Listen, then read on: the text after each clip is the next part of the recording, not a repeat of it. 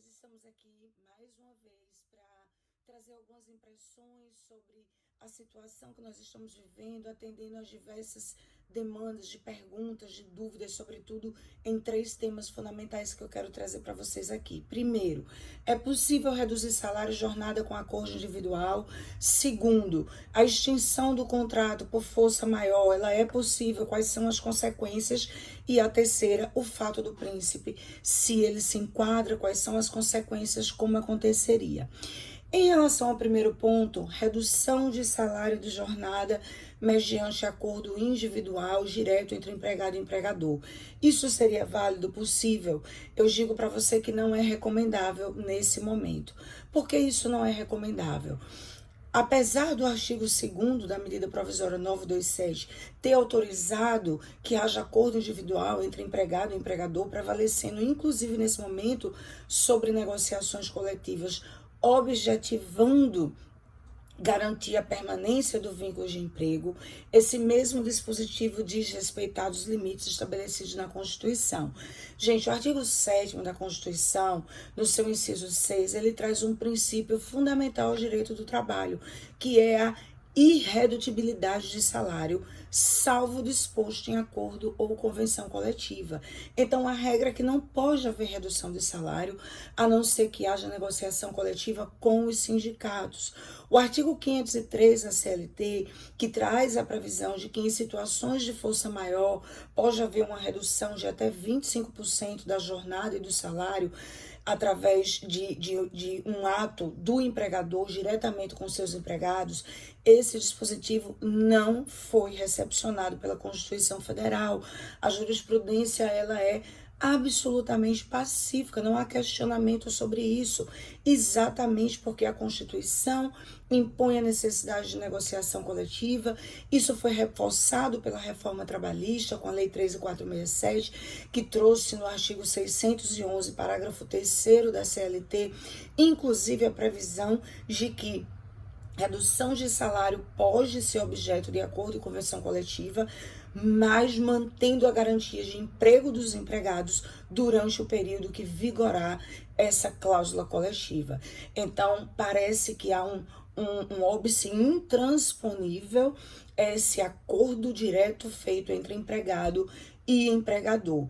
Esta redução, ela será possível se você chamar o sindicato, fizer uma negociação, ou se nós estivermos falando daquele empregado que está respaldado pelo artigo 444 da CLT, que nós estamos chamando do hipersuficiente, porque para este empregado, que a CLT diz, se ele é portador de um diploma de nível superior, qualquer que seja, e recebe um salário igual ou superior a 2 vezes o teto dos benefícios da Previdência, aí ele pode sim individualmente fazer pacto com o seu empregador, conforme previsto de flexibilizações para serem realizadas pelo sindicato no artigo 611-A da CLT.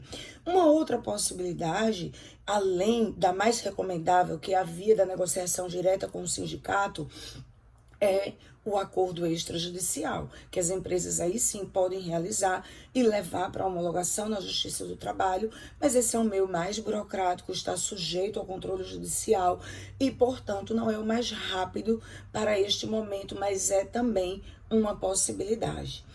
Segundo ponto, a força maior. Estão questionando se o fato da paralisação temporária pode justificar que haja extinção dos contratos com pagamento de indenização pela metade. Está sendo veiculado isso e algumas pessoas estão com dúvidas. A letra da lei, a literalidade do artigo 502 não permite esse tipo de interpretação extensiva. O artigo 502 da CLT, ele diz explicitamente: ocorrendo motivo de força maior que determine a extinção da empresa ou de seus estabelecimentos, no estabelecimento que o empregado trabalha, é possível que haja essa rescisão contratual, havendo a redução pela metade dessa indenização. É uma interpretação literal. A palavra extinção, ela não comporta outras interpretações que venham a ampliar o espectro dessa ideia de extinção é fim, é encerramento. Esse é o termo literal usado pela lei. Além disso, como se não bastasse, essa norma é uma norma restritiva de direitos do trabalhador, e o direito do trabalho é informado pelo princípio da proteção ao trabalhador, de modo que a regra no âmbito do direito do trabalho é que toda norma que é restritiva de direitos para o empregado deve ser interpretada restritivamente, ou seja, a interpretação é restritiva para a proteção ao trabalhador, que é um princípio fundamental do direito do trabalho, de maneira que adentrar por essa seara é arriscadíssimo para qualquer emprego. A fundamentação lógica da edição desses dispositivos na CLT, ela repousa na impossibilidade da continuação dos contratos de trabalho por uma situação de força maior, de modo que nem empresa, nem empregador, nem empregador e nem empregado poderiam ser responsabilizados integralmente por isso. Paralisação temporária, que depois faz a empresa retomar regularmente as suas atividades e que no período dessa paralisação ou suspensão demite os seus empregados e invoca esse dispositivo para não pagar a indenização completa, não é a interpretação mais razoável desse dispositivo. Pagar pela metade, você já imaginou os bancos desse país, empresas grandes como a McDonald's, as lojas americanas, a CIA, elas estão paradas. E aí elas vão demitir uma massa de trabalhadores agora.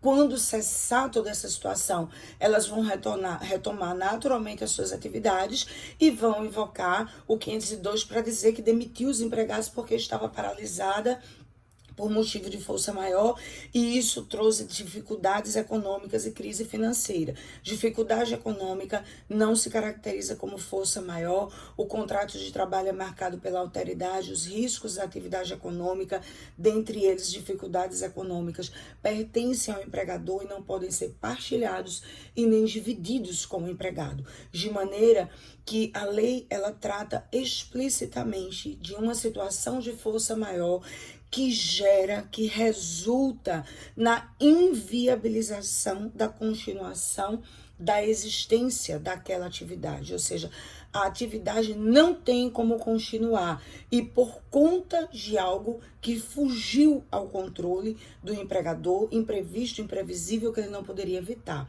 Não trata, portanto, da possibilidade de qualquer paralisação temporária, ainda que nessas circunstâncias que autorize que seja aproveitado esse momento para demitir os trabalhadores com redução da indenização.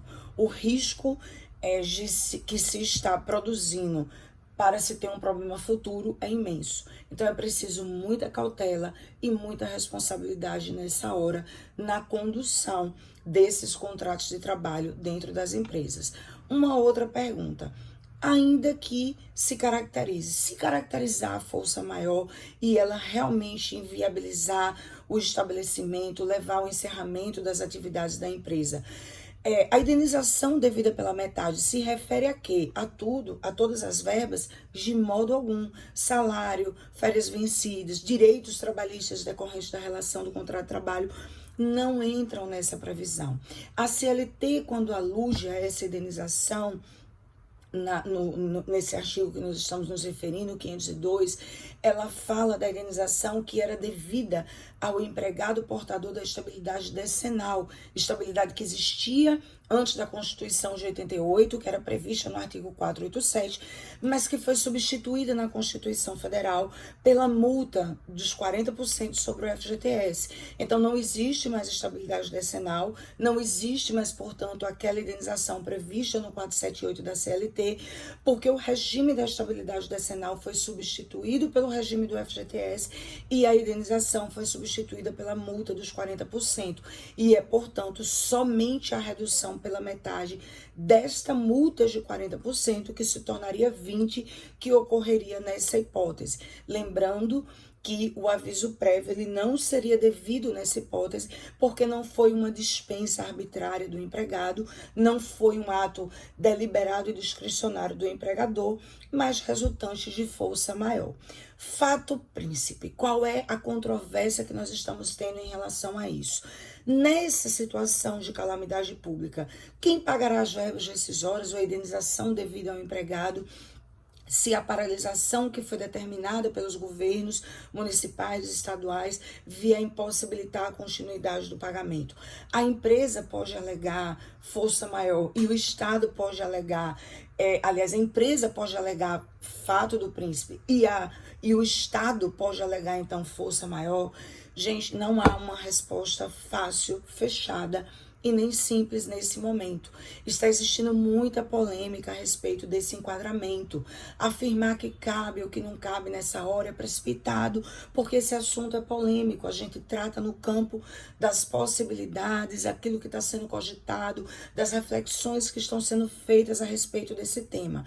Então vamos entender. O fato do príncipe, ele decorre de um ato do governo.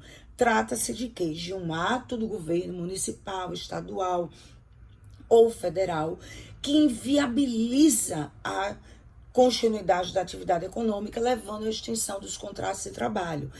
É um ato de governo, editado pelo governo, que pressupõe que essa deliberação do governo decorreu de conveniência e oportunidade da administração pública. Um exemplo clássico disso é um decreto de desapropriação que envolve a área onde está o seu estabelecimento e que, por isso, ele é encerrado. Isso é um típico fato do príncipe.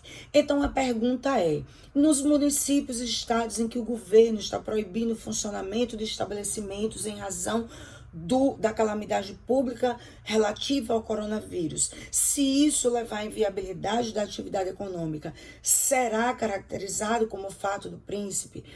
Há liberdade e discricionariedade no poder público a respeito desses atos que estão sendo editados, e isso poderia caracterizar o fato do príncipe? A primeira interpretação é no sentido de que, como nós estamos diante de uma calamidade pública, a autoridade pública não teria atuado ao editar esses atos de modo discricionário, como acontece com o decreto de desapropriação, como nós falamos. Mas os governos municipais, locais, estaduais, estariam seguindo diante de uma orientação médica e científica de confinamento social. E aí, neste caso, o próprio Estado poderia invocar força maior, alegando que não houve opção. O problema que se delineia nessa interpretação, ele passa por duas considerações que são utilizadas para a defesa do fato príncipe por aqueles que entendem que se caracteriza. O primeiro deles é o que nem todas as cidades e estados decretaram confinamento. O próprio governo federal está anunciando publicamente que condena e reprova todos esses atos, orientando que esses decretos e resoluções sejam revogados. Se isso é temerário ou não, não cabe discutir aqui, não é o nosso tema. A opção, nesse caso do ente público, ela pode ser considerada uma escolha discricionária, embora acertada? Sim, pode. Porque nem todos os municípios aderiram, nem todos os estados decretaram. E ainda há uma recomendação pública e notória do governo no sentido de que não deverá acontecer. Então, é sim uma possibilidade, mas essa resposta nós só vamos ter quando conseguirmos enfrentar esse problema na justiça e discutir melhor essas situações. Como isso poderá ser feito caso se entenda que há sim o fato príncipe, que é uma situação em aberto? Como seria o procedimento? É uma reclamação trabalhista de competência da Justiça do Trabalho, cujo objeto é a apreciação dos impactos do coronavírus sobre a relação de trabalho. Essa ação é movida contra o ente público? Não, esta ação é movida contra a empresa empregadora. O parágrafo 1º do 486 diz que o fato príncipe é uma matéria que deve ser arguída como defesa. Então, a empresa, ao ser notificada e apresentar a sua defesa, poderá e deverá chamar o processo o ente público, invocando este fato príncipe. Igualmente ao que ocorre na situação de força maior, mesmo neste caso, a indenização seria apenas da redução da multa do FGTS, não envolvendo outras verbas trabalhistas. Essas são as impressões que a gente queria trazer para vocês.